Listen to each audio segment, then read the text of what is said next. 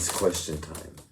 By the way, from what I hear, I have a group of people helping me, a team, and what I hear is that it's going to be January, before we start the membership thing. But the membership is going to allow me to just focus on specific areas. There's so many areas I want to talk about. Like one thing I got to talk about really, and I won't today because it's not part of our questions. But I've got to talk about oxalates. It's always coming up as a big deal, and I just don't. It's part of I don't know. There's several reasons. Number one, a lot of people get the PhDs because you need to find something to work on. So you can find anything to work on.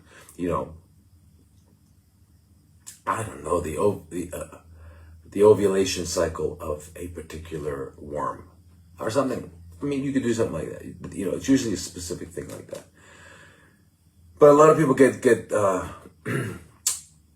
PhDs in all sorts of things, and then it gives them a license to know everything. I mean, a psychological, sociological license that they now know everything. So anyway, oxalates. In 2015, in January of 2015, there was an article in the Townsend Letter. You can read about it. Something about smoothies. Green smoothies are deadly. I forget the title of it. Green smoothies are deadly. So I read that and just really pissed me off.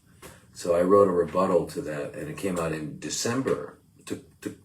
Took a while to get that approved because they have to check everything out, make sure what you're saying is real, and which is good. I mean, it's kind of a peer-reviewed alternative magazine called the Townsend Letter.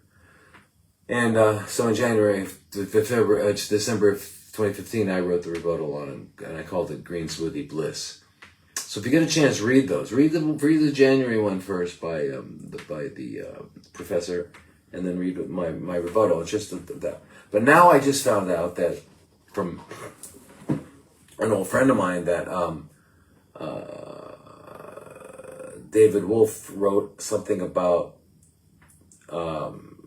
kale is no longer a superfood, and part of it I'm sure will have to do with oxalates, even though kale is not really that high in oxalates, but anyway, even if it were, right? And then we all, and there's these things they call anti-nutrients because they grab minerals and things like that, even though they have a lot of minerals in them, right? So something's grabbing minerals, but it's got a lot in it. What's happening? Anyway, but you're not just eating that. You're not eating that. You're drinking juices. You're getting other things. You're getting anyway. I will go into that in detail, and I'd like to do a specific thing on not on oxalates, but maybe on more than oxalates, on green juices and what they call anti-nutrients. Like for example, you've all heard that the brassica vegetables are anti-nutrients, which is madness. They're the opposite. They're probably the best medicine on planet Earth. Okay, as I've told you many times, Jed Fahey, PhD at the Brassica Institute at MD Anderson. It's like, wow.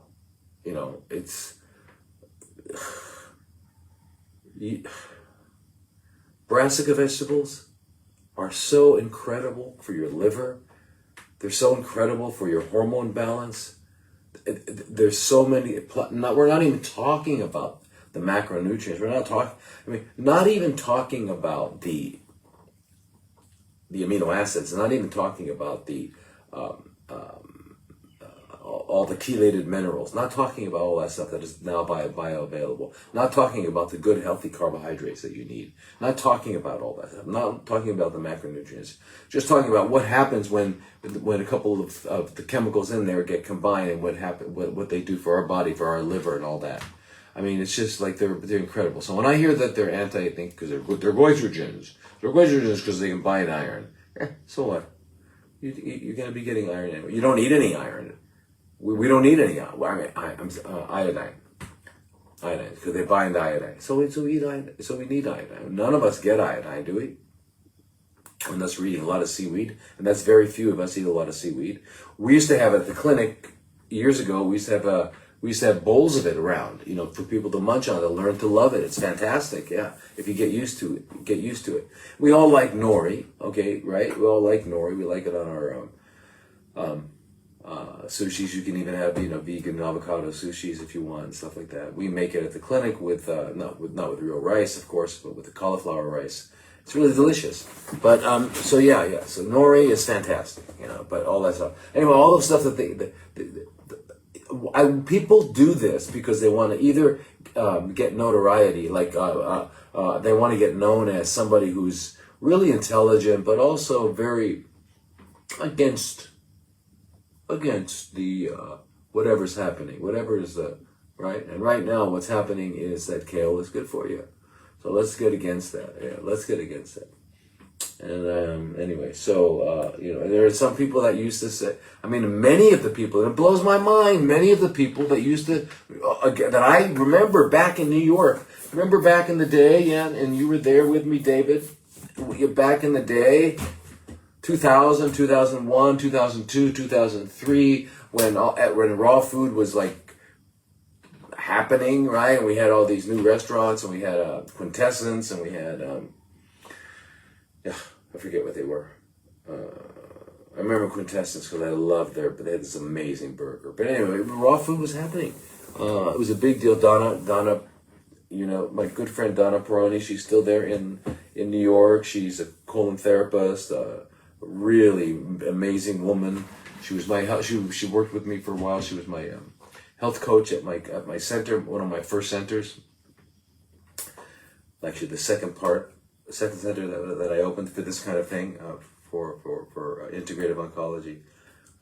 Everybody was there, and so some people are now saying that no, raw food is not okay, and it's like, so anyway, I've got to do some special things. So once we some special discussions, because people are losing their minds for some reason. I don't understand it. So here's the thing. So once we get this membership going, I'm going to be able to devote my time specifically to making the videos, short videos on specific subjects, and I'd like a list of subjects that you're interested in. Although I think I know, because we're all interested in the same things.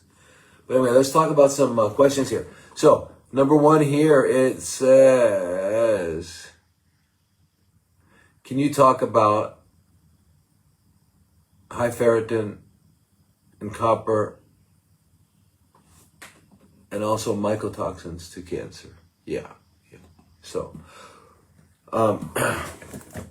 remember this stuff here.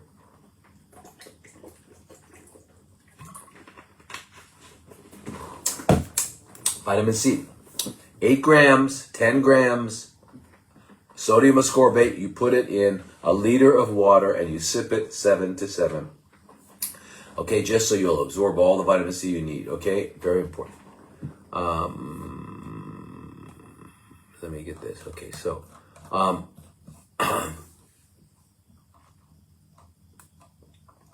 yeah, that's a very good question about ferritin. Now, ferritin is, as you may know, ferritin is the storage form for iron, right? Now, iron, as we've said many times, is essential. It's like over 200 different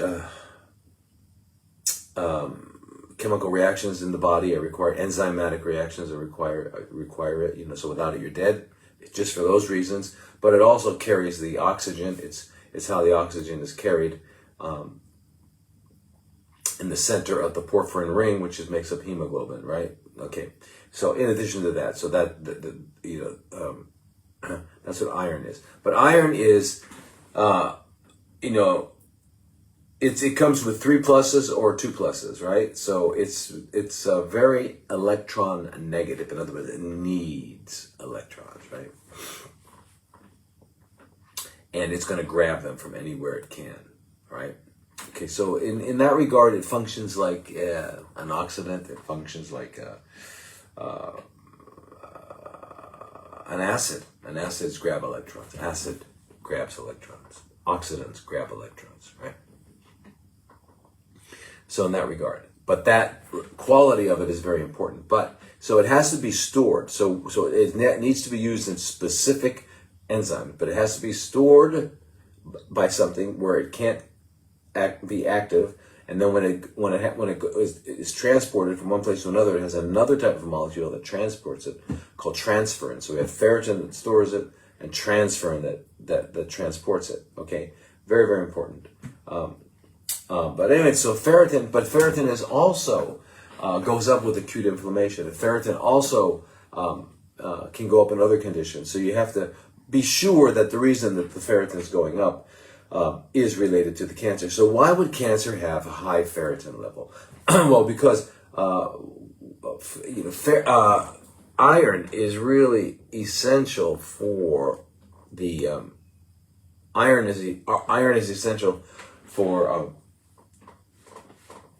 oxidative phosphorylation. It's essential for the certain part of the which is how we make energy. Iron is essential for replication, for DNA divide, for cells dividing and making two new cells, right? Remember, we make 37 million new cells per second because we're recycling old cells. So very important to do, right? So iron's necessary for that. And then the ferritin stores it. So what happens is because the cancer cells need more ferritin, they also need more copper. They need copper for several reasons. One is copper is involved with the oxidative phosphorylation. It's part of the third aspect of it, right? Copper is necessary. Copper is also necessary for making new blood vessels, so angiogenesis, right? So all that. So anyway, they both need to be stored. They both need to be grabbed, and like copper is transported by something called ceruloplasm, whereas iron is transported by is stored by ferritin and transported by transferrin, right? Okay, so and cancer cells have more transferrin receptors. So what's happening is this: the cancer cell needs to grab more and more and more iron because it needs to divide rapidly. So the body's going to hold it, it's going to grab it, it's going to keep it in the ferritin. And what we see is a high ferritin and a low serum iron level. And this happens a lot. Now, there is a study, when I've worked with Dr. Kobayashi, who I just had the honor of seeing again in Japan,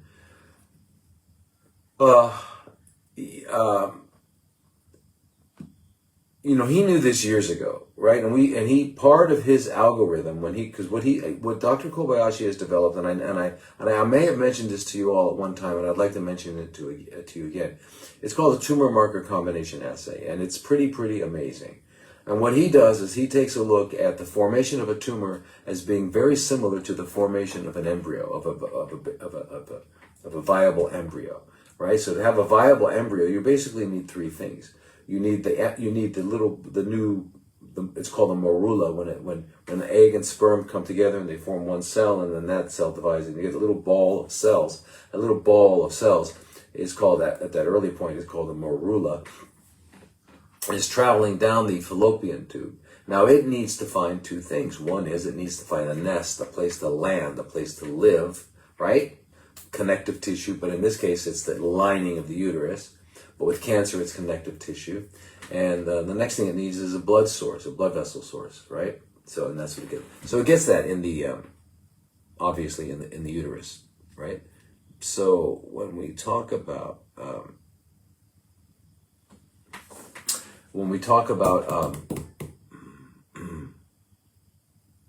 someone just sent me a message. Don't send me messages while I'm doing this. Okay.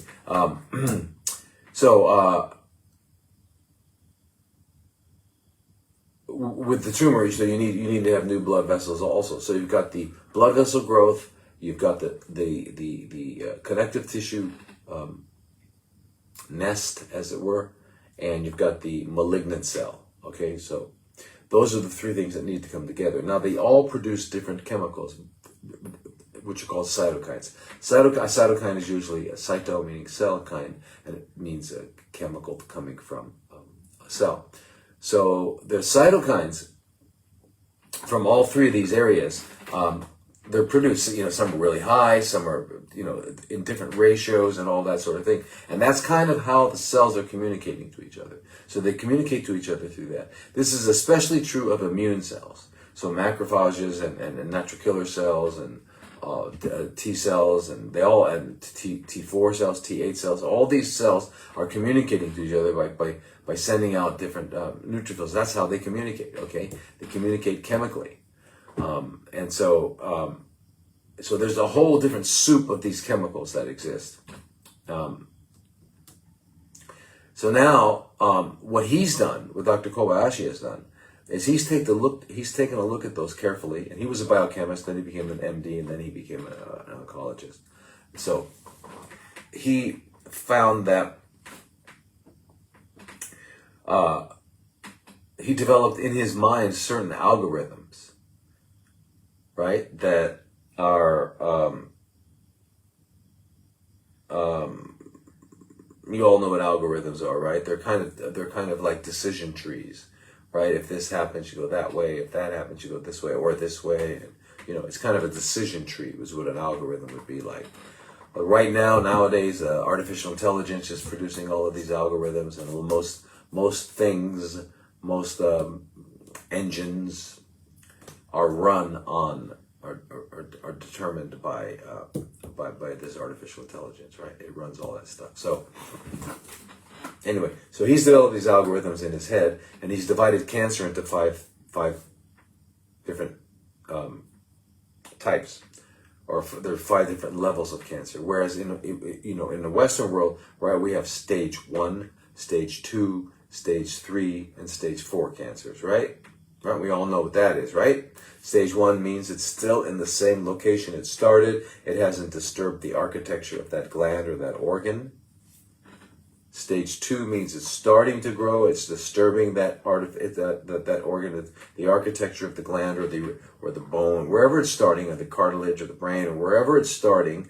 That architecture, the neuroendocrine cells in the GI tract, wherever it's starting to disturb that. Stage 3 is where it goes into the lymphatic system, and stage 4 is when it's gone to another organ other than the original organ from which it started. That's what the stage 4 is. It's really a ridiculous staging system. It doesn't help you really in any way. I mean, in most ways it doesn't. It's really, and I want to remind you all, and I'm going to get flack, and give me flack all you want. In fact, I like flaxseed, so give me all the flack you want. But it's all a sales algorithm. Period. Okay. Allopathic, conventional oncology is a sales algorithm,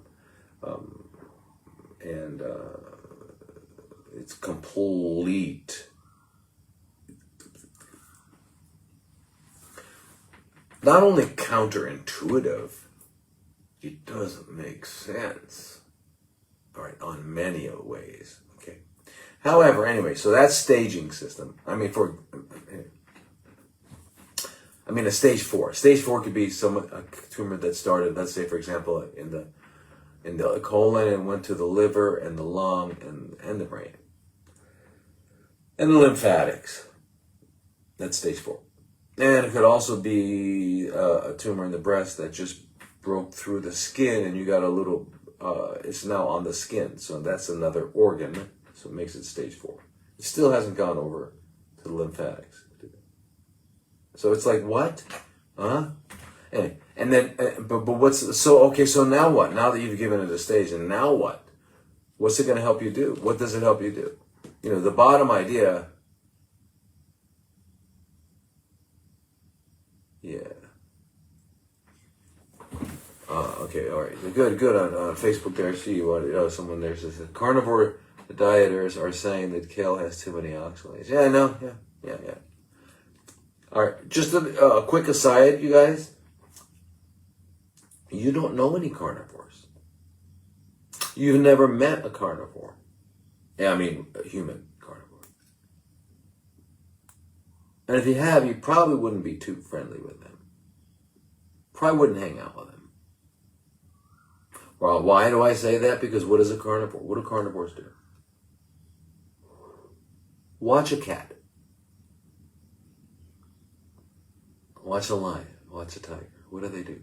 They eat the animal alive. Do you have any friends that are eating animals alive? Do they have a cow like sitting out in the back? They go out there and they take turns taking bites out of it? No, they're not eating that. Do they just rip the head off a chicken and start eating it? No. So they're not carnivores anyway. They're corpse eaters. So let's give them let's call them what they are. They're not carnivores. They're corpse eaters. Okay. Another word for a corpse eater is a ghoul. Ghoul. Ghoul. Goblins and ghouls on Halloween. Yeah. A ghoul is one that devours dead bodies. So, I remember I was in the U.S. recently and I saw the Ghoul Houses. They have all kinds of Ghoul Houses. It's pretty interesting. Sizzler and places like that. Ghoul Houses where they serve ghouls. But oxalates are bad, but eating the corpse is fine. Eating a dead animal, eating the remains of a dead animal that was scared to death prior to being killed, murdered, and that was even if it was grass-fed. Wow. Good question for you, by the way. I can't help bringing this stuff up, so please forgive me. Anyway, okay, the animal's grass-fed, right? Because we all know, it's like common knowledge to know that if you want to have good quality beef, right? Beef is not, right? I've never seen a beef, by the way. And I've never seen a sausage walking around. Have you guys seen sausages walking around? Or how about nuggets? Any nuggets? Where did you ever see a nugget? We changed the name. Why do we change the name? We changed the name because we can't. We don't want to even think about what we're eating, right? We don't say, hey, would you like some pig corpse and chicken embryos for breakfast, honey? I don't think we say that. No, we'll say bacon and eggs. Yeah, sounds much better. Anyway, so beef.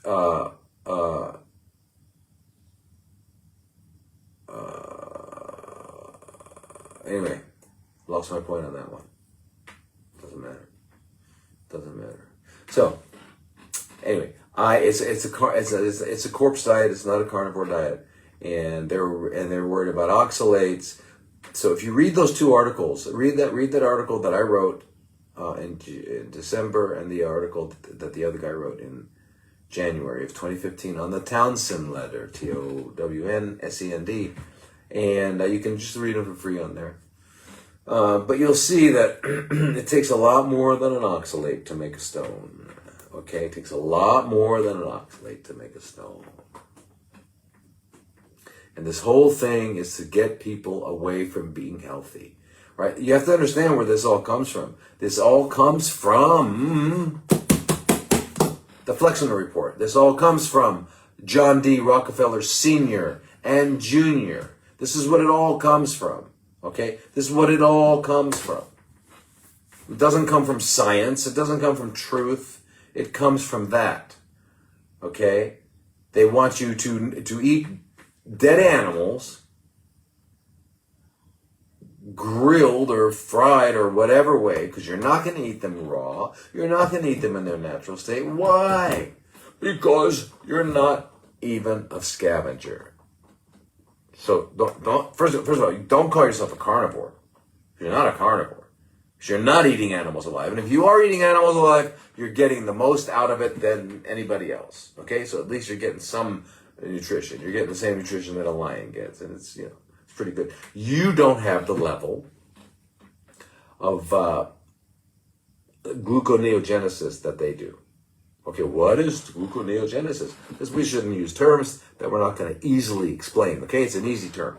Gluconeogenesis just means that there is a mechanism in the body, in an organ, that can take one substance and turn it into glucose. So in this case, we're talking about muscle or amino acids, which is protein amino acids, right? Okay, so amino acids get shuttled to the liver and they get converted into glucose.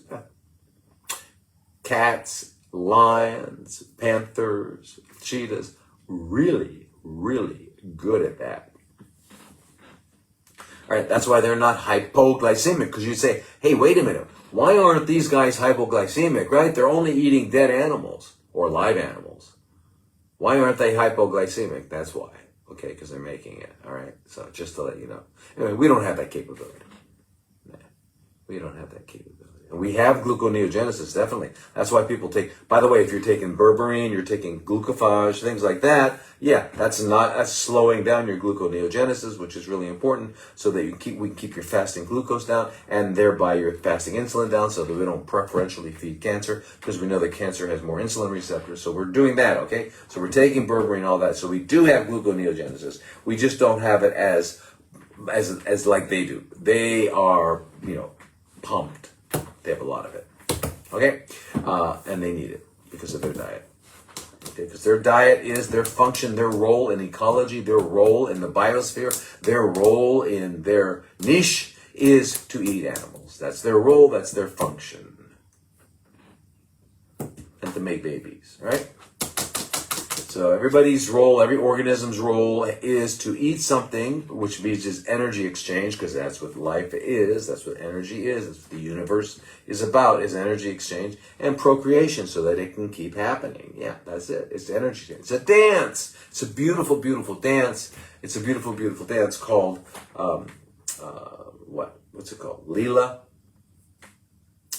Divine play?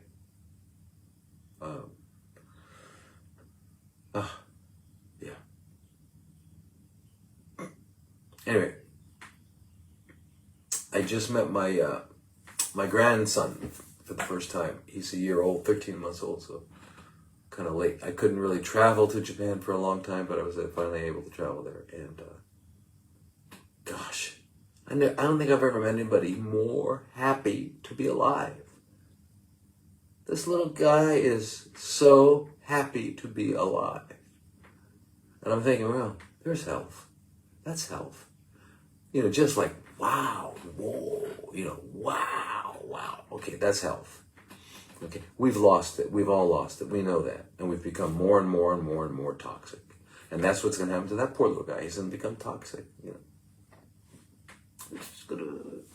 As toxins accumulate, we get what we call sick. And we get dysfunction and stuff like that. But anyway, so that was a pretty amazing trip. I was really glad to be there. It was fantastic. So, but anyway, so going back to Kobayashi for a moment, because I had to comment on that carnivore thing. But there's no carnivore, you don't know carnivores, scavengers. As a matter of fact, listen, I have been to every country, not every country. There's a few I haven't been to, but I've been around. I've been around. I don't know how many countries. Lots. Some of the little ones I didn't. A lot of African ones I didn't. But other than that, I've been around. Islands, island countries, island nations, and things like that. And everywhere, if I were an alien, right? If I were from another planet, and I was going to say, okay, and I was going to get my PhD, right? I'm going to get my PhD by studying the food habits of these creatures to find out which species they belong to. All right. So if I went around and I looked at the dinner table, or I looked at whatever, even if they were eating on the ground with their hands, and I looked at what all the humans are eating, my conclusion would have to be, and especially in the developed countries like United States, Europe, Thailand, almost developed, and China, whatever. Doesn't matter where it is. I would have to conclude that humans are a part of the canine family.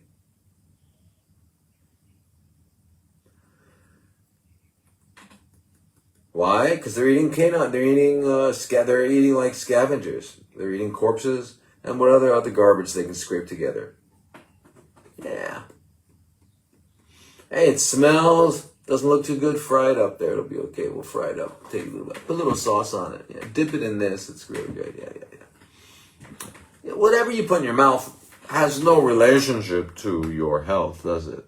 None. Who would have thought of such a ridiculous idea? Right? Isn't that?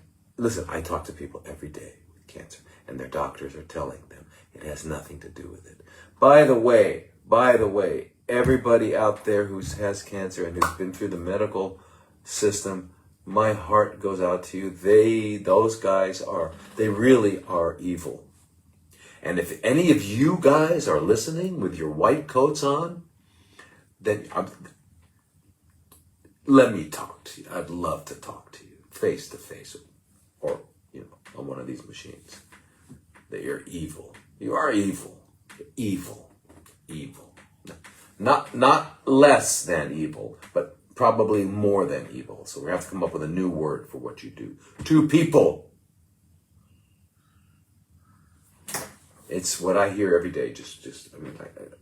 They tell me their story, and I go, and I'm thinking, my gosh.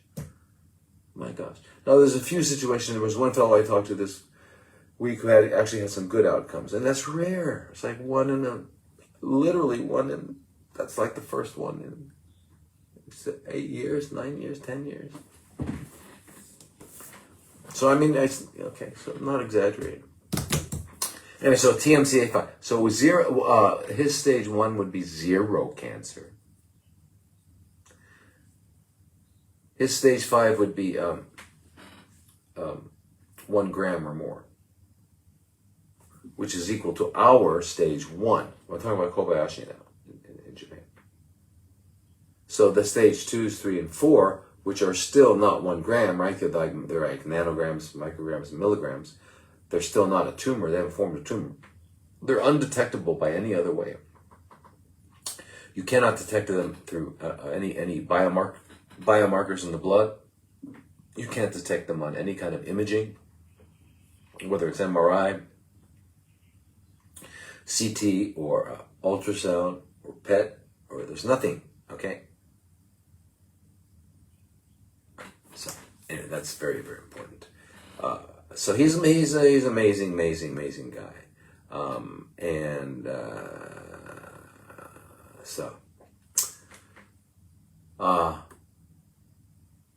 It's really a good tool, because you want to know, a lot of times, right? And of course, talk about non-invasive, it's a blood test. It's blood and urine.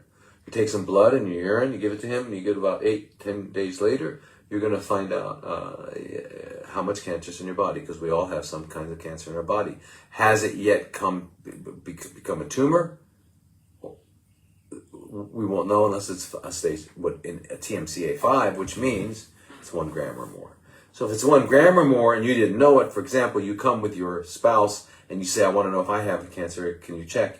We would do that test. If you're a 5, we'd say, okay, now we should do a PET scan to see if we can find out where it is, what it is, well, that kind of thing. Except now that he's actually gotten to the point where he can tell what that is. The guy's a complete amazing genius. He was doing work on phosphodiesterase inhibitors 30 years ago, 40 years ago. They're just now, it's a big deal in the last 10 years, I think, here, and now it's a big deal. Phosphodiesterase inhibitors. I mean, one example of a phosphodiesterase inhibitor are the ones that are used for men for erectile dysfunction, like Viagra and things like that. Those are phosphodiesterase. But I mean, that's just one example. They're used in many, many different reasons. They're using it with cancer now, finally. But this guy's way ahead about it.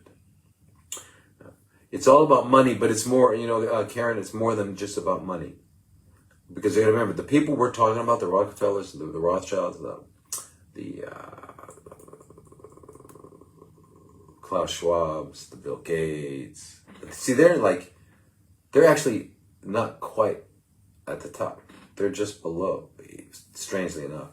Anyway, they already have all the money. They don't need money. It's about power. It's about control. They just want to take whatever's left they want to get rid of the middle class. We got to get back to the way it's always been on planet Earth. How has it been on planet Earth? Always. Can you all remember how it's been on planet Earth? If you read any history, it's always been that there were 2 classes. There were the rulers and the slaves, right? And of course, the rulers had their friends, which were called the nobility, and their friends that they hung out with, right? And they called them knights, or whatever they called them, knights and princesses and princes and all that sort of thing. Yeah. But there's always been 2. And this idea of a middle class, we don't like that, It just doesn't fit into our scheme. I don't know why. It doesn't hurt you guys. You guys have still got plenty of money. Anyway, we're talking about a group of beings that are probably not even human. So I don't know. But anyway, anyway, so let's go back to I just want to say about Kobayashi for a minute because he blows me away. He's such an amazing guy. And by the way, his specific way of doing hyperthermia is what we use. We were trained in that. I've been working with him for 25 years now. So anyway, just don't understand what he's saying. Can't understand the guy. It's so hard to understand. Well, so even with a translator, translators are going, what? Say what? Anyway, so let's go back to that question. So the question was with the ferritin. Oh, so what I was going to say is that so Dr. Kobayashi was years ago looking at the ferritin to iron ratio. And if you're all doing this now, when you go to your doctors your doctors won't know this, but you want to keep your ferritin to iron ratio below 5 at least. Okay, a normal ferritin to iron ratio would be 1 or less, even at 2, 3. Starting to have some problems. 5, a 5. If you didn't know you had cancer, you should consider that you probably do. Now, by the way, you all need to know something.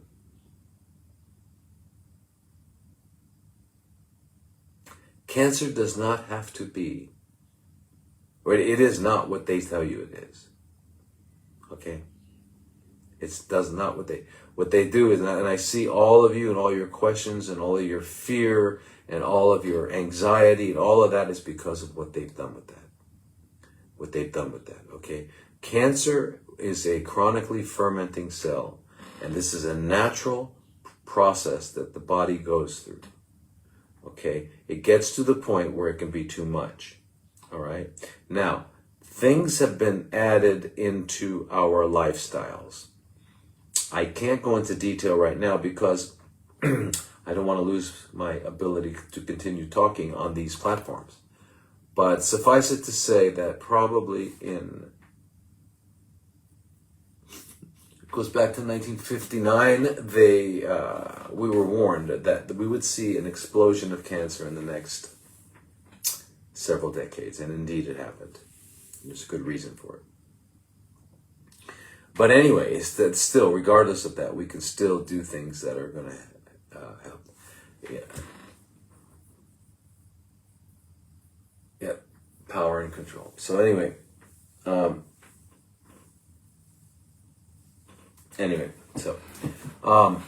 lest I get so, sidetracked. So let me go back. Okay, so ferritin and iron. So when you look up nowadays with the conventional doctors, what they're doing, they're looking at ferritin and hemoglobin levels. And they're finding that the higher that ratio is, the poorer the prognosis. Now, Kobayashi goes even further to say, let's not even talk about hemoglobin, let's talk about iron. Yes, I remember we talked about iron is necessary for hemoglobin, but it's even more than that. It's the ferritin to iron ratio. You don't want it to be 5 or above. So what was that question? That question was, what about that? And what else was the question? Where was the rest of that question was? High iron and copper. Okay, so copper, what? But by the way, just to let you know that the ferritin can go up in other reasons. That's a storage form, right? Ferritin goes up into one situation called hemochromatosis. Now, hemochromatosis, we know, is a condition where the body doesn't get rid of the iron and stores it and winds up getting stuck in their liver. And then remember, as I said, iron, if it's like a double-edged sword. If you have too much of it, it can cause harm. So if you've got a lot of iron and you're accumulating a lot of iron in your body, it's going to produce free radicals, which is going to destroy tissue. So it'll destroy the lungs, it'll destroy the liver, it'll destroy the bones, it'll destroy the brain, it'll destroy glands. So you can't get too much. It's called hemochromatosis. Then there's porphyria, there's rheumatoid arthritis. You can wind up with a lot of it.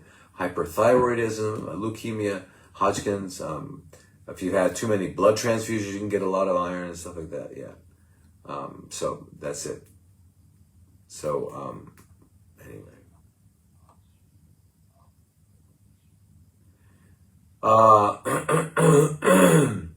Now.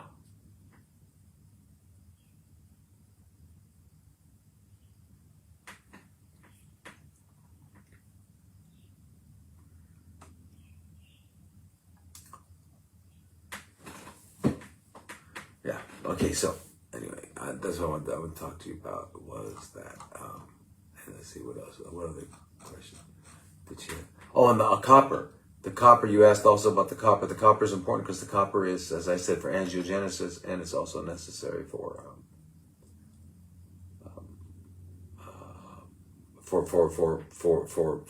oxidative phosphorylation for producing energy. Really, really important, and many, many other things. Wound healing and things like that. So, however,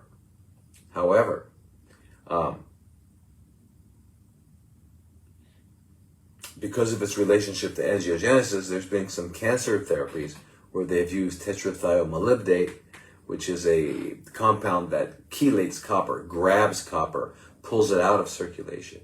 And if you get the copper low enough, because there's not enough copper around, you can't make a new blood vessel. And if you can't make a new blood vessel, the cancer cells can't even grow 1 millimeter. So it's really helpful in that regard. Problem is this: you need to be making blood vessels all over the place, right? Blood vessels are being turned over. Their cells are being turned over. We need to be making new blood vessels.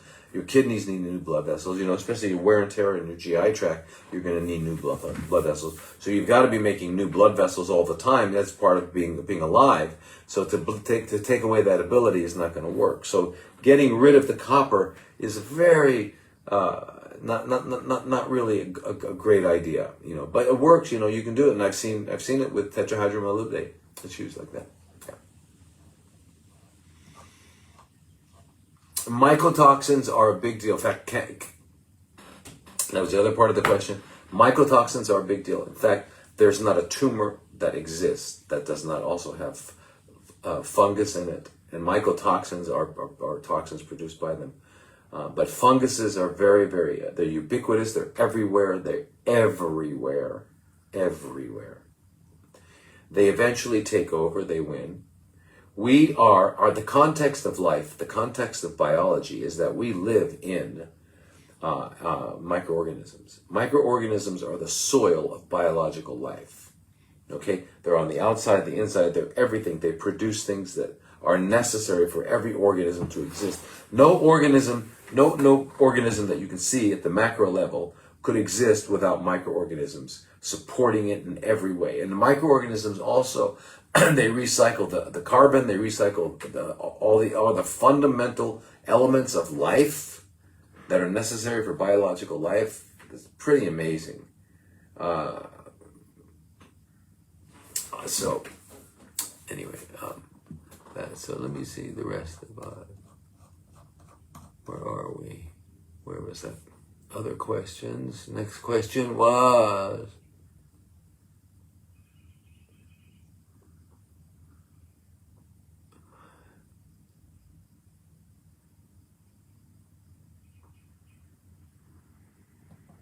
where was that question?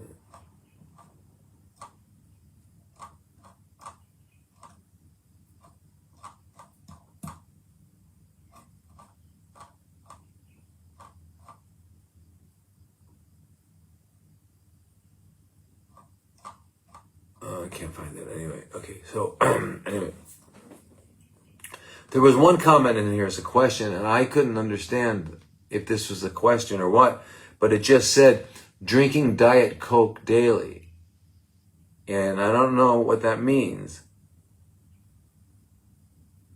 So a normal range for, okay, here's the question. What's a normal range for ferritin? Here's the thing. Ferritin,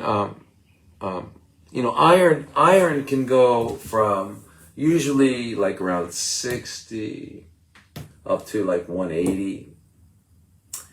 I think anything above 100 is too high. That is the reference range, but I don't think it's a healthy range. I think it should be around 60 to 70, 60 to 80. Be a good number for the iron. And the ferritin should be around 20 to 40, 20 to 50. Yeah. Doesn't need to be high at all. 50, 40, 50, 60, yeah. And you've got a good ratio there, and that's all you need. You don't need a lot of it, but you need exactly what you need. Yeah. But no one's going to have that. You're going to find ferritin levels really, really high. I mean, you get to 1,000, which you'll see, and with cancer, you'll see ferritin levels above 1,000, up 1,500. They can go really, really, really high. So there you go. Here's someone saying their iron's 60, 80, 85, and their ferritin's 32. That's excellent. That's way in the range. That's a good number. Good ratio. So anyway, someone's drinking a Diet Coke daily. I don't know what that means. Like, are you saying, is that okay? Or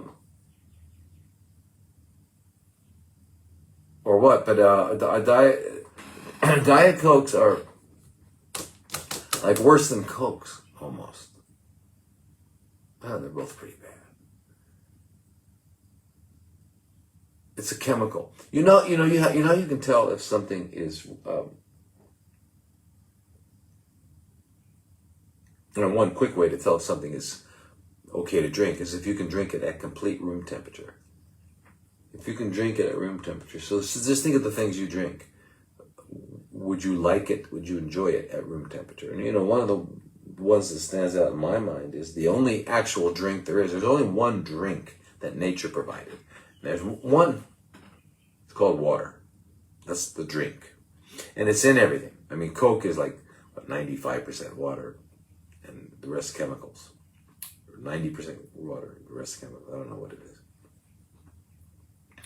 Beer, water, and wine, water, and...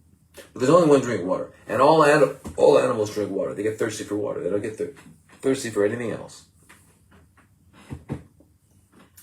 We are omnivores. Again, once again, keep this in mind. Please, everybody listen very carefully. Yes, indeed, human beings are omnivores, okay? By perversion, not by design. We're not designed as omnivores. We don't have a snout. Our intestines don't fit with it. Our dentition doesn't fit with it. Our liver, our production of uricase, which breaks down uric acid, is not compatible with it. I mean, it goes on and on and on and on and on. There's enough reasons to look at us anatomically and physiologically to see that we're not omnivores, or neither are we. Omnivores are the ones that eat corpses, right? Pretty much eat corpses. So yeah, we're not. We're not. Can we get away with it? Sure. My grandfather was 103, and he smoked cigars every day and drank whiskey and ate steaks. Oh, really? Fantastic. Thank you for that information. I'm going to recommend whiskey, steaks, and cigarettes to everyone I meet. Now that I know.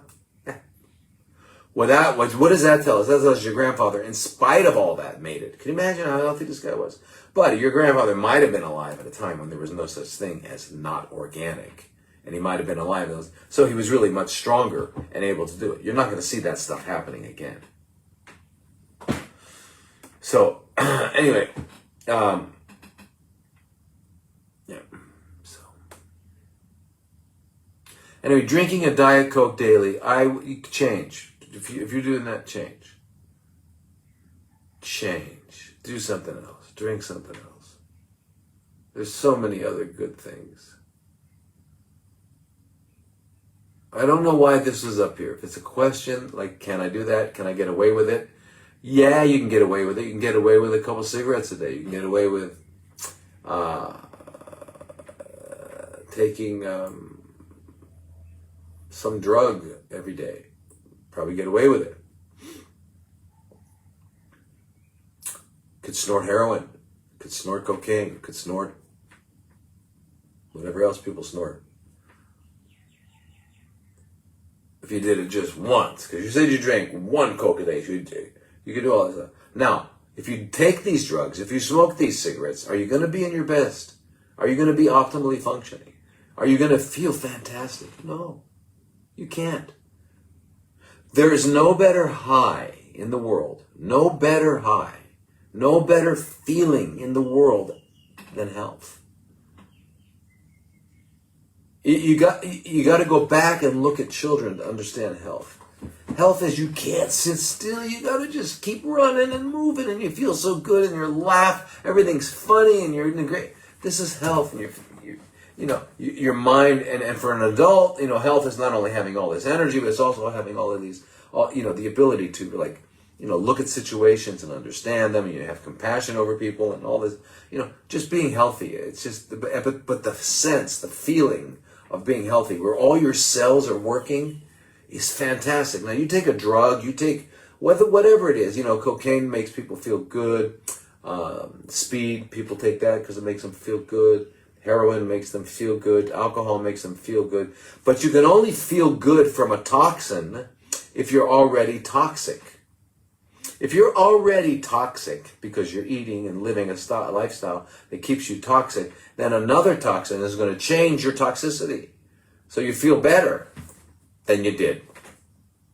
But if you're not toxic, if you're healthy, if you're not ingesting any toxins, if you're living a really good, healthy life, and you go to bed early and you just feel fantastic, any toxin, any intoxication of any kind is not going to feel good. A glass of wine. Oh, I just like a glass of wine with dinner. Okay, it's because you're toxic. But if you weren't toxic, it wouldn't feel good. You'd say, oh, I don't feel good now. Huh? Right? Or somebody's telling you, hey, you got to try this joint, or snort this, Now, I'm not talking about medicine. And I use the word joint, and we're talking about cannabis. Cannabis is an incredible and very important medicine. I'm not talking about that. So that's necessary in a lot of times, a lot of situations. So anyway, I don't know what you meant by that, drinking a lot of Coke, Daddy. How to avoid endotoxemia? Just having a good, strong immune system. Endotoxemia, coming from the, it comes from the inside, toxins being produced inside. It's usually meant because of bacteria are producing toxins. And we've got, we're full of bacteria. Okay?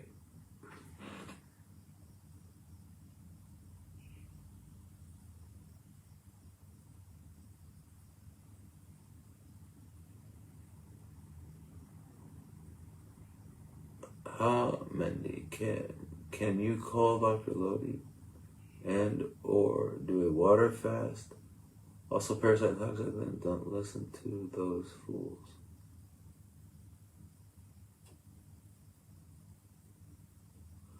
Anyway, I can't follow you guys because I'm going to get completely lost. So, where were we? So endotoxemia. So you're going to be producing these things all the time. You're going to have these bacteria in there. But if you're eating healthy, in other words, you're eating food that you're eating human food. What's going to happen is inside your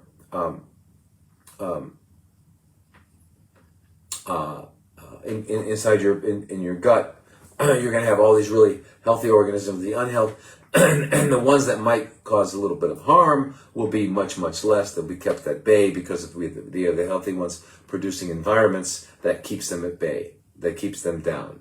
And you shouldn't get an endotoxemia. So the best way is to eat healthy, be healthy, so you don't have those kinds of bacteria in there that cause those endotoxins. And in fact, that's what, when we talk about septic shock is when the bacteria that are in the blood actually produce endotoxins, and it's an endotoxic shock. Yeah. So anyway, it's getting a little fuzzy. I guess I gotta close this window now, right? You guys, should I close the window? Yes, okay, I'll do it. Somebody said yes. I think they said yes.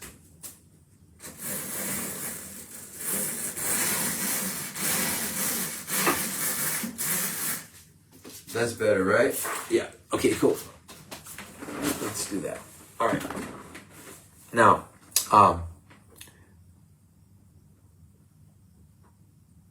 where's the best place to purchase Thymosin Alpha 1? Now, Thymosin Alpha 1, which is a peptide, and we've talked about it a lot of times. Remember, our thymus gland,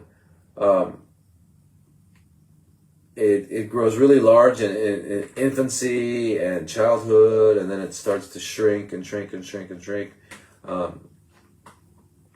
And the thymus gland is really necessary for producing T cells out of lymphocytes. The lymphocytes are produced in the bone marrow, and then the thymus gland will turn them into T cells. And T cells, we know, are necessary to kill cancer, to kill viruses and things like that, if viruses exist. And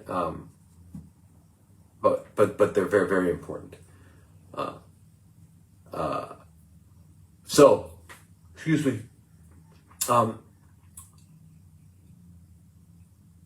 Thymosin Alpha 1 is a 23-28 amino acid peptide that does a lot of the work that the thymus gland would do normally. Okay, so it's very important. You can get Thymosin Alpha 1, and you can get it from, the only place in the U.S. that I think you can get it from now is a place called Peptide Science. You can go online and actually order it. The place that I really like the best is called Nature Made. Called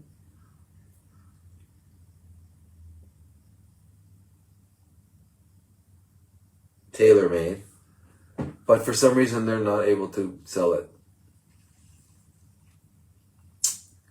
in the U.S. There was a big deal came about after the great hoax of 2020. There was a big deal that came down, and it what did it do? Because the Thymosin Alpha 1, which I think it's been FDA approved in like 36 countries. It's a big deal. It was called Zydaxin, and suddenly there's a lot of research coming on that the great hoax of 2020 that it was helpful against the dreaded virus that everybody ran from and got shots and all sorts of stuff, right? I remember that. Don't ever let it happen again. You guys, please, I hope you're all awake. I talk to so many of you that are not, and it's just shocking. That's just shocking.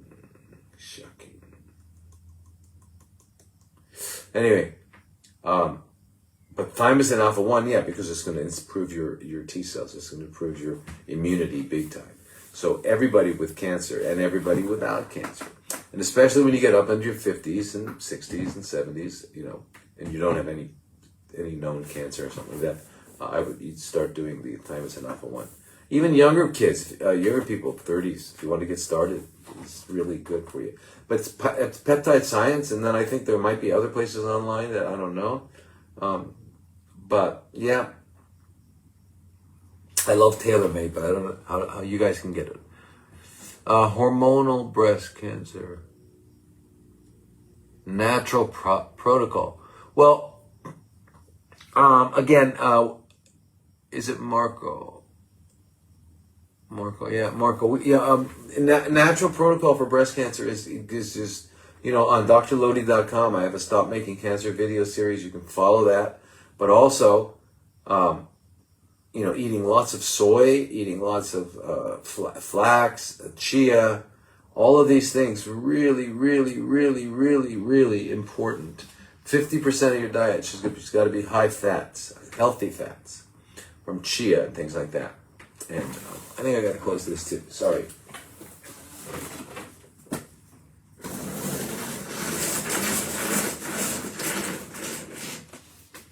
Okay, here we are. I think it's better. Okay, so we're gonna have the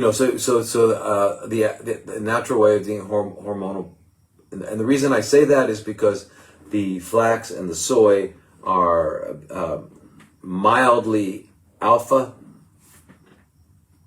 agonists and strong beta agonists. And what does that mean? Estrogen receptors have alpha and beta. The alpha stimulates things to grow. The beta shrinks things. So if it's mildly alpha, that means it's not going to do too much, but because it's there, it's blocking something stronger like an estradiol or an estrone to come on there and really make it strong. So in that sense, it's a blocker like tamoxifen or the other ones. But on the other hand, it's also nailing the B's, the beta, right? And by getting the beta, the estrogen receptor beta, you're shrinking tumors, and there's really a lot of very, very important stuff with that. So, yeah.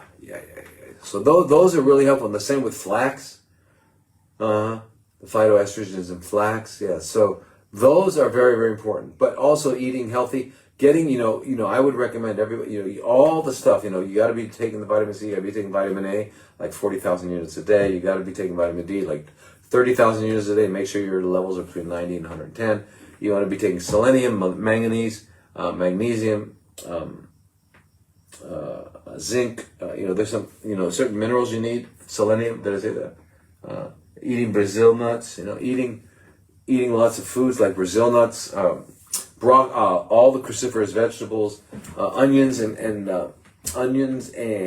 garlic. Really good stuff for you. Very, very important.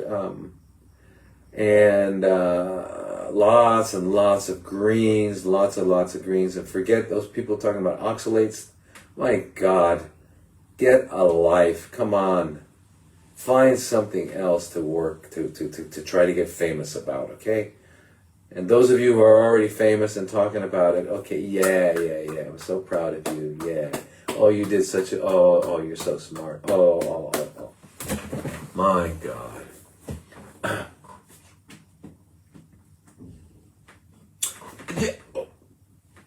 For example,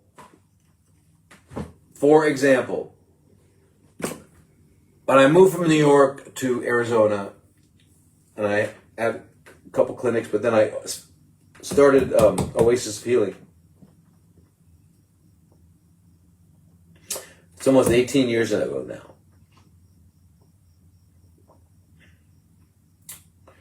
We have put people on juice cleanses for, 2 weeks, up to, we have people doing it 6 weeks, 8 weeks.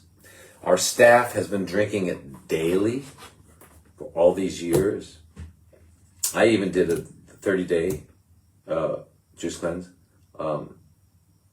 And we use kale and spinach, cucumber, celery, and lemon and apple, okay?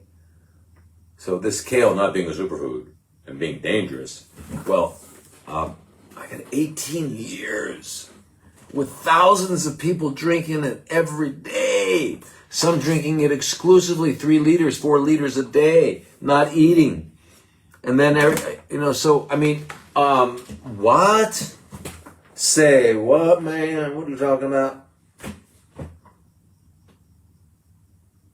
Why would someone say that? Why would someone say that? Anyway, whatever. Okay, so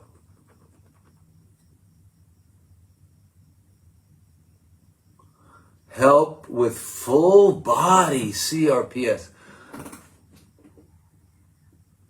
CRPS is the old thing for, it's a new name and new acronym for reflex sympathetic dystrophy, which is an extremely painful situation.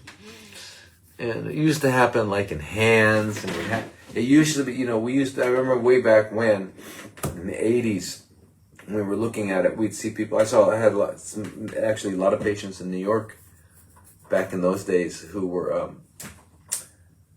was still conventional, I was working in the hospital, I was in my training, I was a resident being trained.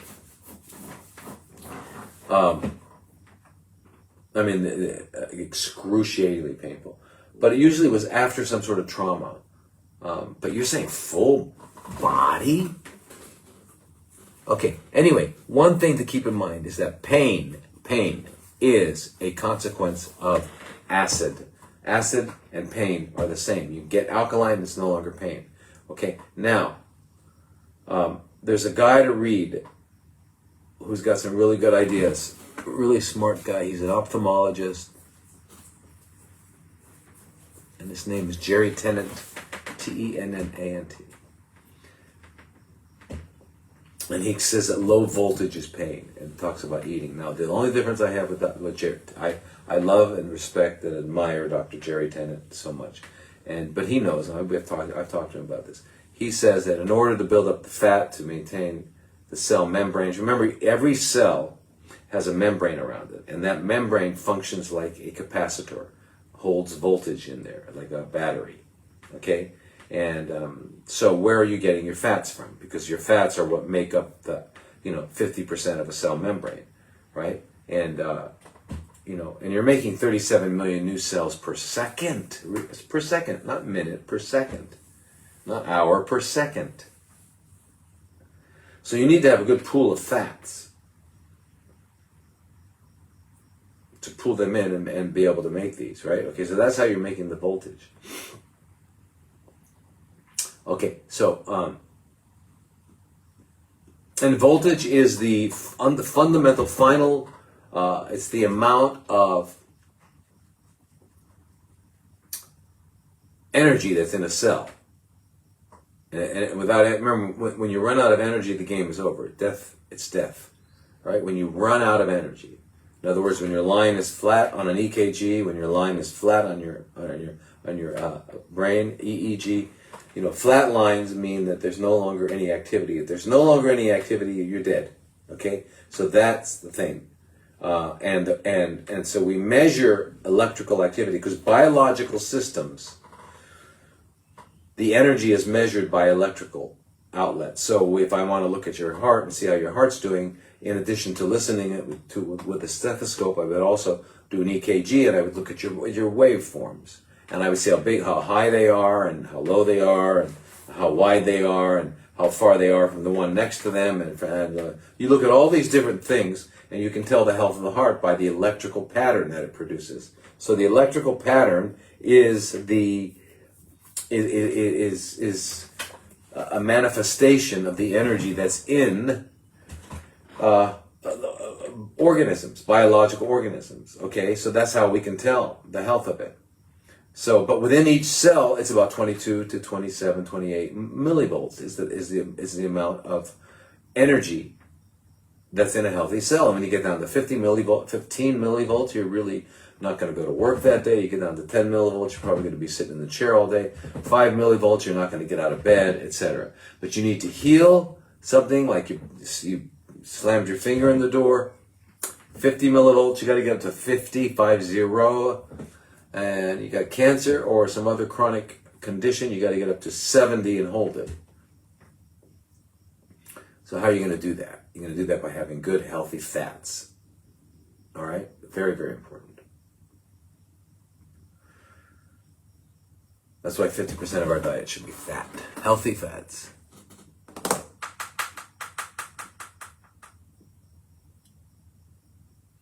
Anyway, the difference between Dr. Tennant and myself is that he says, therefore you should drink raw cow's milk for like 9 months or something to get, because it takes about that long to get all your cells up. Well, the problem with cow's milk, as we all know, is that it has casein. Casein is a protein that's in the milk that makes the baby grow quickly, right? That's what casein does. It makes the babies grow quickly. And the problem is, and so that's why all mammals except humans, wean their children, right? And they certainly don't tell them to start going to get their milk from another species. They just don't do that. That's another amazing human invention.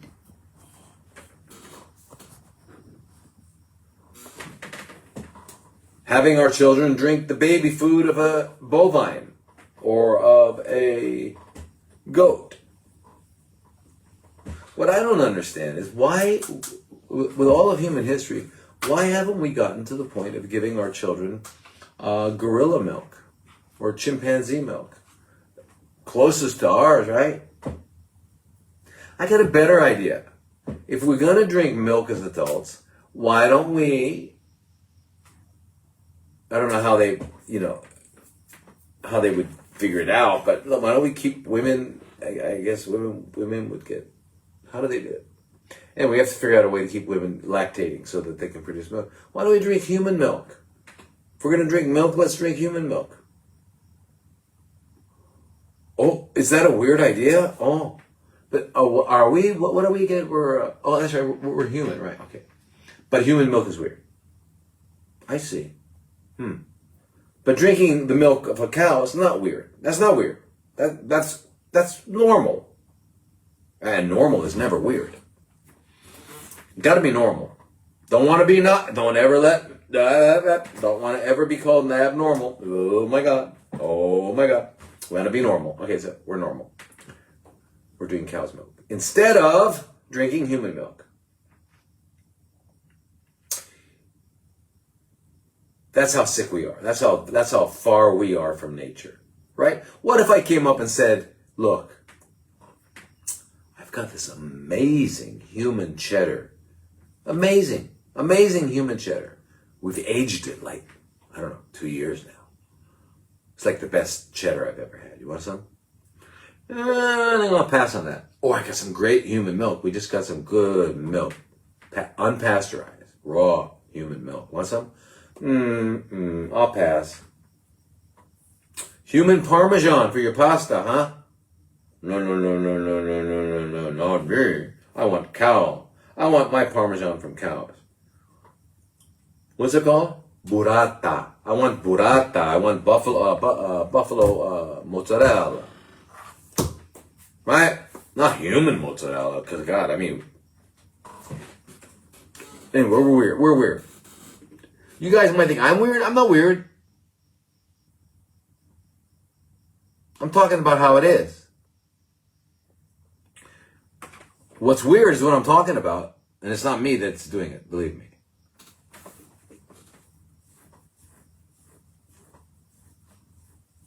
Anyway, so Jerry Tennant, go to his line, get his stuff about that, about the voltage. He's paying. You can even go visit him. He's in Texas.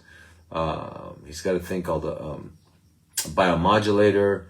But if you've got full body reflex sympathetic dystrophy, you've got a lot of acid. You've got first of all, full body pain, severe pain. You got to do a cleanse, right? You got to get some green juices, right? Because green is alkaline, because green means it's got chlorophyll, and at the center of every chlorophyll molecule is a magnesium ion, and magnesium ions are alkalinizing. So you need to drink some green juices: celery, cucumber, kale, spinach, lemon, and apple. Simple recipe. Put it together, drink it, mix it up however you want it to make it taste delicious. Drink. Don't eat. Get your colon clean. Go get 2 colonics a week for the next 4 to 6 weeks. Then go to 1 colonic a week for another 4 to 6 weeks, and then do one a month. Do that. All right? Do that. And then get some lymphatic work. Go to sleep early. Move around. You'll get rid of this. It'll go away. But you got to get lots of fats too. So make chia porridge and chia porridge. 6 tablespoons a day. Fresh nut milk and chia. It's fantastic.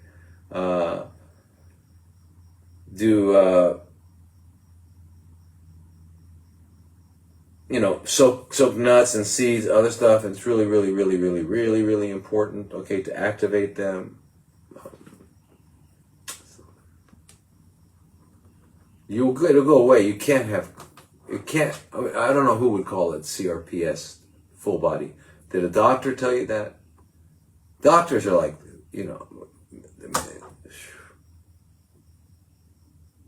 I'm really glad that they're going to be doing away with doctors soon. Didn't know that, did you? Oh. Who needs doctors? You got AI now. All you need is a good nurse practitioner or a good PA who can do a physical exam. So you do the physical exam, draw all these blood tests, do all this testing, put it into a computer, and then the AI is going to tell you what to do next. The doctor, the doctore, comes from Latin, means teacher.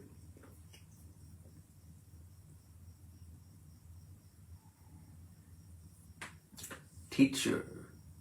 So that's what we should be doing, right? Doctors should be teaching, right? That's what we should be doing. But AI is going to do it. By the way, I don't know if I told you about this, but keep it in mind, all right? I know you came to listen about cancer, but this is all very important to you.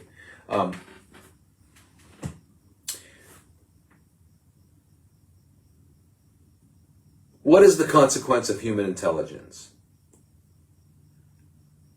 Okay, we're intelligent, right? Oh, of course, just ask us. Ask humans. What's the difference between humans and animals? Well, humans are intelligent, animals are stupid. Okay. All right. We keep that in mind. Okay. All right. Now, okay. So therefore, what is the consequence of our intelligence? What can we now produce now that we have intelligence? Okay. Now we have to admit, no matter who you are, you have to admit that nature has some intelligence, right? Can you admit that? Can you admit that, please? Can you admit that spiders spin pretty amazing webs? Can you admit that birds in a flock turn pretty amazingly in perfect timing and they don't go to like aviation academy? Can you admit that? Okay, thanks. How about, I don't know, how about every time something falls, it falls exactly 32 feet per second squared? As long as it's heavy enough to break the wind.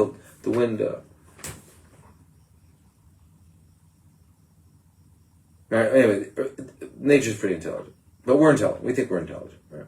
So what is the consequence? What do we produce from our intelligence? We produce, look around you.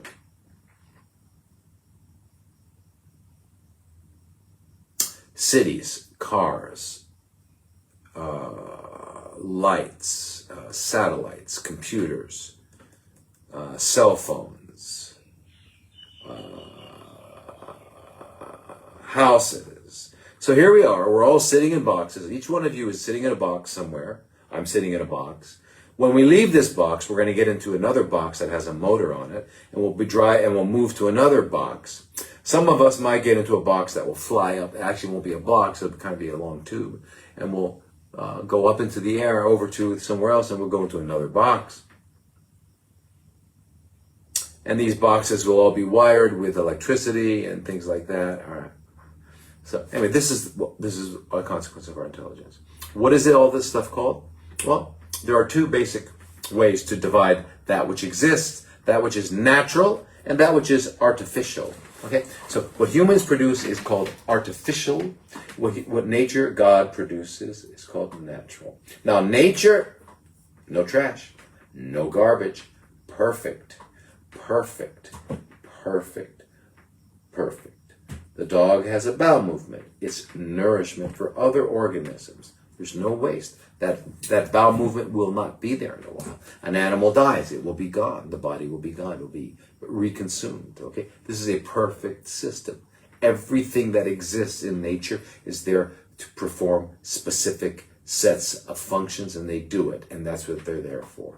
Okay, and it's a perfect array. Now, what do we have? Garbage. What else do we have? Poison. Right? We can't. Most of the stuff we eat, whatever. And it's not biodegradable, right? You put a computer, you bury a computer in the earth, you come back, your grandchild comes back and finds it there, and your grandchild's an old person now. And you buried it there when your grandchild was just born. His grandchild comes back, it's still there. It's called trash, it's called garbage, it's called toxicity. Do you now know that it is safer to eat out of your toilet than to eat out of the oceans? Have you ever thought about that? Well, it happens to be true. The oceans are so incredibly toxic. Incredibly toxic. Lakes, rivers, are you kidding? Are you kidding? Has anyone seen a clear lake? A clear stream? You might find a small stream clear, but most of them are not. Okay, so the consequence of our intelligence is artificiality. Therefore, clearly, what humans have is called artificial intelligence. So that's what AI is. AI is human intelligence. So this stuff that we're calling AI is not even AI. It's a second generation. It's a clone. And you know, if you got a clone of a clone, it's not quite as smart as the original clone, right? So, now, these artificial intelligence, I mean, my experience with the phone, missing what I'm saying and not being able to figure it out, and there's no intelligence there. So, yes, I agree that these phones and all that, we should refer to them as AI. But for me, it makes more sense to call it artificial idiots. They're artificial idiots. Anyway, we are the artificial intelligence. Sorry, I got off on one of those tangents. What do you say about pleural effusions? Pleural effusions refers to the, our lungs, any body part that's moving needs to be gliding on something. So our joints have, in our joints we have what's called joint fluid. And that joint fluid is a viscous type material that allows the movement without any friction, because the friction would cause harm. The same with our lung. So our lungs, we're breathing, so our chest moves, right? And so there can be no, if there was no, so we have, the lungs are covered by a layer of cells. And then on top of that, there's a layer of cells that are connected to the chest wall. It's called the pleura. So the lungs are moving as you're breathing in and out. So when your chest expands, your diaphragm goes down. All right, it causes the cavity to get bigger, and the lungs expand. Air goes in, right? So that's the space between the pleura that's on the chest wall and the pleura that's on the lung is called the pleural space, and it's usually got just a little bit of like viscous stuff, like a mucousy stuff that makes it slide. Well, when excess stuff gets in there, it's called the pleural effusion. Okay, so there are two basic subtypes of pleural effusions. This also goes for ascites, for acidic effusions. Ascites is an abdominal or peritoneal effusion, is basically what it is. Because we've got the same thing inside there, right? Remember, the organs are all moving around in there. They need to move around. You got to eat a big meal. It's got to have places to move and spread around. All right. So,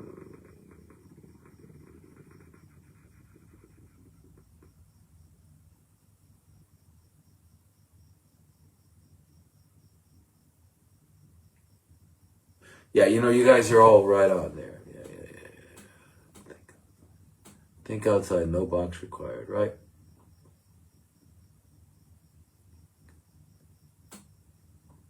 The mind produces artificial intelligence. The heart is the true human intelligence. Right, but we are cut off from our hearts, right? Because what do our parents tell us? What's the first things you hear after you're so cute? Oh, look at how cute he is, how cute she is. Look how, no, stop, don't, no, stop, don't, no, stop, don't, no, stop, don't. I don't care what language you speak it in. It's the same thing. And you all, me, we were all told that our instincts are just unacceptable. Unacceptable. Question: where do instincts come from? God. So what God would have us do naturally is unacceptable. And that is how that flock of birds turns perfectly. And that is how that spider spins a perfect web the first time it spins a web perfectly. And that's how nature keeps happening perfectly. And it's always beautiful, and there are always rainbows, and it's fantastic. Why? It's the intelligence of God. We are cut off from it. We are cut off from it. Our parents. No, stop, don't. Anyway, so we're not in touch with our heart. Yeah, you're right about the heart. Is tamoxifen worth taking, or are there other supplements in place of tamoxifen to block estrogen? I have DCIS. Yeah, what I told you before a moment ago was about the soy products and the flax and all that. They do block the alpha because they are mild agonists of the alpha, but they are really strong of the beta. So they're actually really good for it. But you should probably have a call with me and we should talk about it in detail. Okay, so.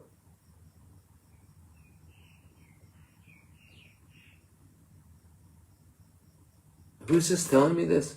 Is this the AI saying this? Great job, you've gone live for 90 minutes. Don't forget to take a break. AI is telling me this? This is AI telling me this? This is it.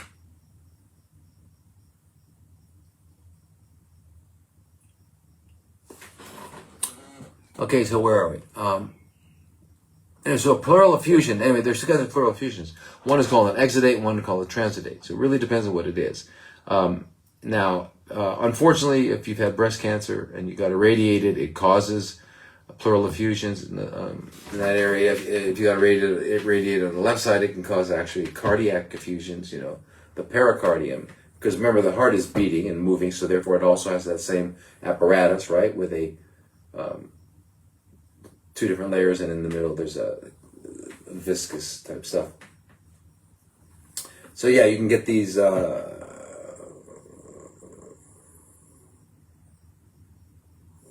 effusions. So if it's a transudate just means that, like, for example, electrolytes can be off, or your albumin can be low. There's lots of reasons, metabolic reasons, why the fluid flows out of the blood vessels and into those pleural spaces, or cardiac spaces, or abdominal spaces, or any place which we call third spacing is the term in medicine. And the exudate, on the other hand, is, and you do this by, once you've taken out some of this fluid and you send it to the lab and you check it for certain things. One is specific gravity, one is protein, one is different electrolytes and stuff like that, and you find out. So is the fluid that's in there a product of malignant cells, right? Or is it a transudate, which is a result of just metabolic imbalances? Now that's basically what it is. Now with the pleural effusion, if it keeps accumulating, you gotta understand, if you can get healthy, restore your health, your body will reabsorb it. It'll be fine. But if it gets to the point where it's impairing your ability to breathe, then you got to get rid of it. You got to take it out. And you go in for what's called a thoracentesis. And they go in and they, when I was training back in the 80s, I did all this stuff. We did all this stuff on the wards when we worked on the wards. I would tap the lungs, take out the fluid myself.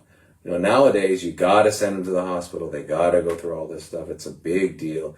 You can't do it in your clinic unless you have, I guess, if you had an X-ray, because you gotta make sure that the big important thing with doing a thoracentesis is to make sure you didn't puncture the lung, and that's a really good idea to make sure. So I agree with that. So we did that, and but even my clinic in the U.S., I've got right across this, like 20 feet away, is a chiropractor who's got an X-ray machine, so we can go send people for X-rays. We used to do that when I first, back in the day, and I would do it. Now we can't. But anyway, you tap the fluid and you can send it off for all those things. You can find out if it's an exudate or a transudate, and all that's really. But if it keeps accumulating, there's something that you can go to the hospital get. It's called a pleurodesis. Pleurodesis is where they actually they put a tube in, they drain out all the fluid, and then at the end they add in something like talc or something else, like talcum powder, Anyway, talc, and this is what they used to use. I don't think they use it anymore. Anyway, they add that into there, and then what happens? What does that do? It causes remember the tissues that are on the lung versus the tissues that are on the chest wall to scar together, so they're stuck together and nothing can get in there. That's kind of the medical treatment for it. Pretty bizarre, but that's the way it is. That's medicine. That's what doctors do, and surgeons and stuff like that. So, and also same with the belly, we can do a tap like that.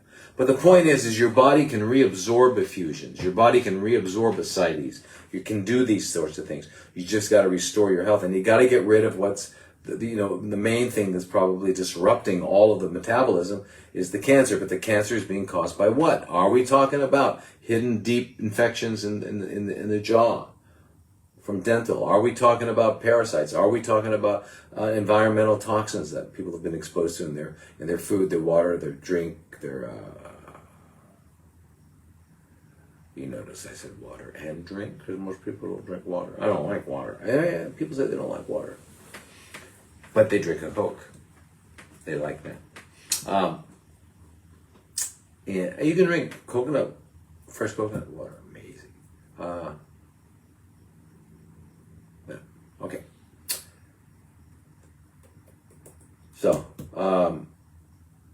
let's go back to where we were. Where were we?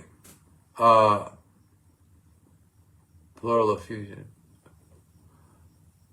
Get rid of the cancer. You got to get rid of the cancer, and you got to find out what caused it, and was it environmental, accumulation of toxins, imbalance of hormones. I mean, there's a lot of things that all go together. Stress, EMF. There's just all these things. So don't ever say, I tried to figure out what caused my cancer. It was never one thing. It was just living in the 20th and 21st centuries and getting these certain injections that they gave kids.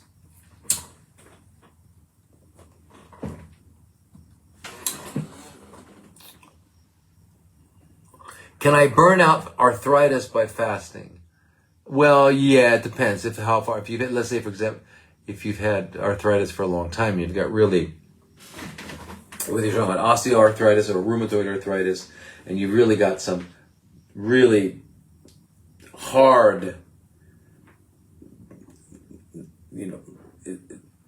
it's basically scarred down the joint. Remember we talked about joints being able to move? Well, that's no longer the case with arthritis, because itis means inflammation. Arthro refers to joints. So arthritis was the inflammation for a long, long time, and then it became hardened, and it became scarred and all that, and then it started to grow, and it's hard to get rid of. Yeah. But you can get to the point of getting, completely stop it from happening, and you can get it to heal to some degree, and there's some really important oils.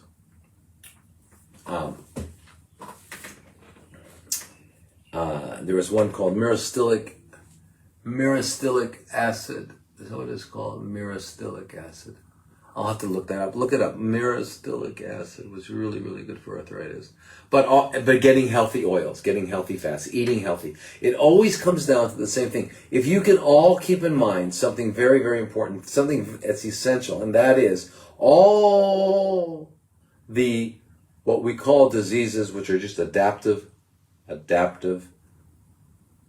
homeostatic adaptive responses of the body, are manifestations of one underlying process called toxemia, which accumulates and accumulates as we get older. Okay, it begins to accumulate. Okay, and it will accumulate, and wherever it is, it seems to be affecting is where you'll see the problems. Okay, and that's it. And by getting rid of the toxins, completely cleaning out, doing this periodically, and then eating foods that are not going to make you toxic, and blah, blah, blah, blah. This stuff doesn't happen.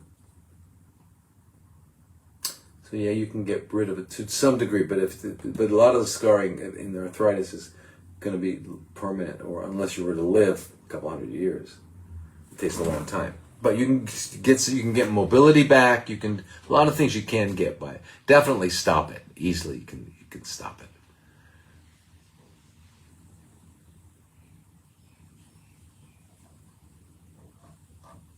let me go to here. Okay, here you go, you guys. What time is it? 45. Whoa. Whoa. These are some basic questions, you guys, that we've talked about over and over. Wow. I'm surprised. You guys must be new. What is the relationship between glucose and insulin? How much sugar causes a spike? An apple versus a cookie, a piece of cake. Okay, good question. Good question. Insulin's job is to put glucose where it belongs. And glucose is supposed to be fuel.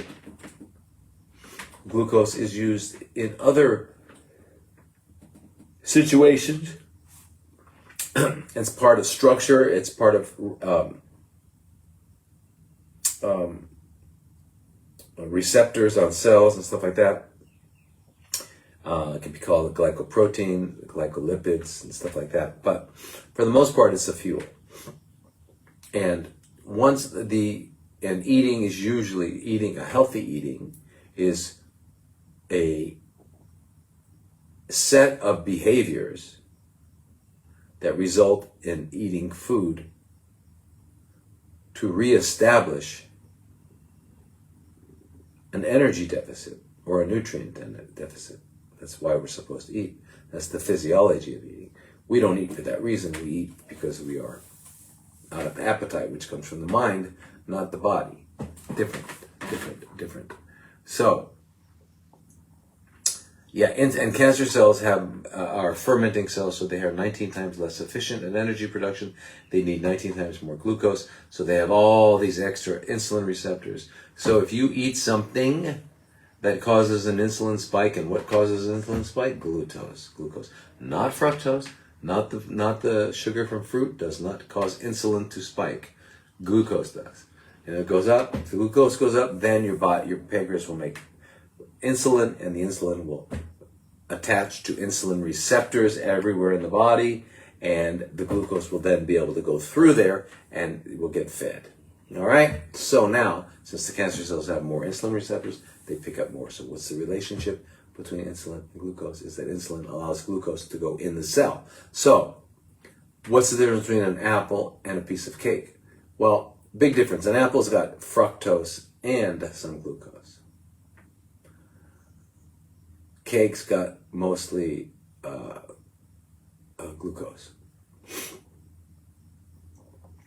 Also, the cake has lots of other unhealthy, unnecessary stuff in it, besides the glucose. And the apple has got lots of other really healthy, good things than the little bit of glucose that it has. So the apple is full of all kinds of good stuff. It's got a little bit of glucose, it causes a little bit of a spike, whereas cake will produce a much larger spike, but it's also got a lot of other bad, unhealthy things, like, I don't like to use the word bad, a lot of other unhealthy things, like, different oils and other preservatives and, chemicals and all kinds of stuff. So will the apple if it's not organic? Excuse me. So, anyway, but the only way for you to know, and this is a good question, and everyone should keep this in mind, go get a glucometer, what diabetics have. It's a thing that'll give you a way to punch a finger. It's easier if you do your earlobe. Earlobes don't hurt as much. You can do them over and over again. We use that a lot. But you can stick your finger, you put it on this piece of, it's almost like a piece of paper tape, stick it in the machine, it'll tell you what your glucose is. So what you can do with any food, and I advise this so that you know your particular response to certain things. So you wake up in the morning and you don't eat. Do a glucose, see what it is. Okay, let's say it's, I don't know, hopefully you're not already insulin resistant, so your glucose is probably 70. That would be a great number. 65, 70. It could be 80, 90, whatever it is. That's your fasting glucose. Then eat something. Whatever it is. You want to eat an apple, you want to eat a piece of cake, whatever it is you're going to eat it. And then check your glucose So you already checked your glucose right away, then you ate. Then 30 minutes later, check your glucose again. Another 30 minutes, check your glucose again. Another 30 minutes, check your glucose again.